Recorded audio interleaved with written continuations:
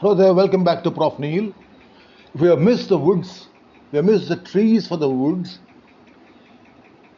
We are so busy in detailing and knowing more about the Mughal rule and the Delhi Sultanate that we do not know how we have influenced the world because we've not at all included the history of South India, the Cholas, the Pallavas, and the Cheras, and how they spread our culture all across the world, which is visible even today.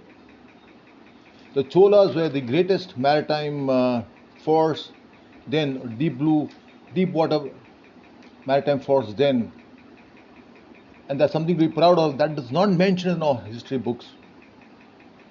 India had been a global soft power since the times of the Roman Empire.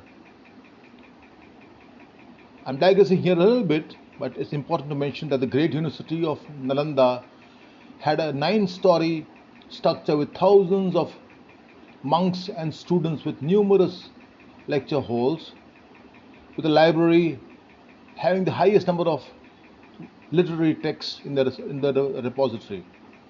Chinese scholars translated the same for Korean and other provinces of that area. For Buddhism to gain acceptance in all those areas. Of course, Buddhism, we all know, originated from India, flourishing during Ashoka the Great's empire.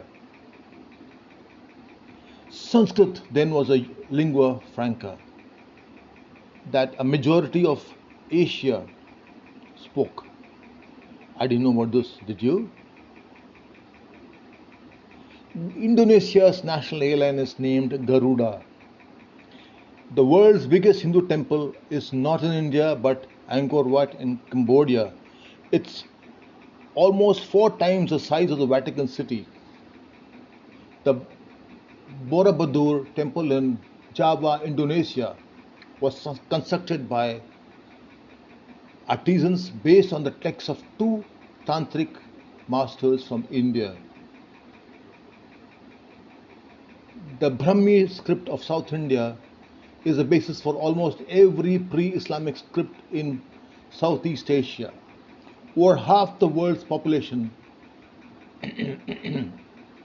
lives in areas where Indian ideas of religion and culture have been dominant. They all still have local deities that are based around the deities of the Hindu pantheon. And not just these invasions and these cultural conquests did not happen just by land alone. The monsoon winds, the traders then, the early traders used the monsoon winds to travel westward also through the Red Sea to Egypt. Pepper, spices, ivory, emeralds, eunuchs, tropical animals to fight in the Colosseum. Nothing was too much. As Rome had taken over Egypt, India was the most preferred and biggest trading partner of Rome.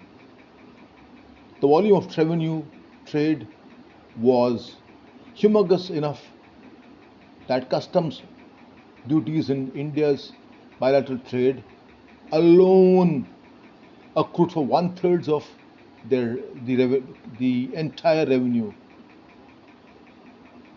of the Roman Empire, prompting Pliny the Elder to remark, Roman wealth is draining into Indian traders' pockets. Words for sugar, ginger, pepper, cotton, and indigo made their way into Latin to later become English words. That's how Indian mathematics went westwards Indian mathematics and sciences also, to lay the foundation for modern world. That the concept of zero was gifted by India, originated in India, is old hat, but we still have to mention it here. A full 1,000 years before the Copernican revolution in Europe, a 23-year-old genius named Aryabhatta had calculated the movements of the planets, detailed it to explain that the Earth rotates on its axis. Even the length of the solar year to an accuracy of 7 decimal points. Brahmagupta, a century later, used zero to formulate arithmetic texts that are still relevant even today and used even today. All this prompted Voltaire to remark, India it appears that India was the birthplace of both religion and civilizations. Kant quoted, all our arts, numbers, chess came from India. Schopenhauer quoted, Christianity has Hindu blood in its veins. Embrace India to embrace the world. Thank you.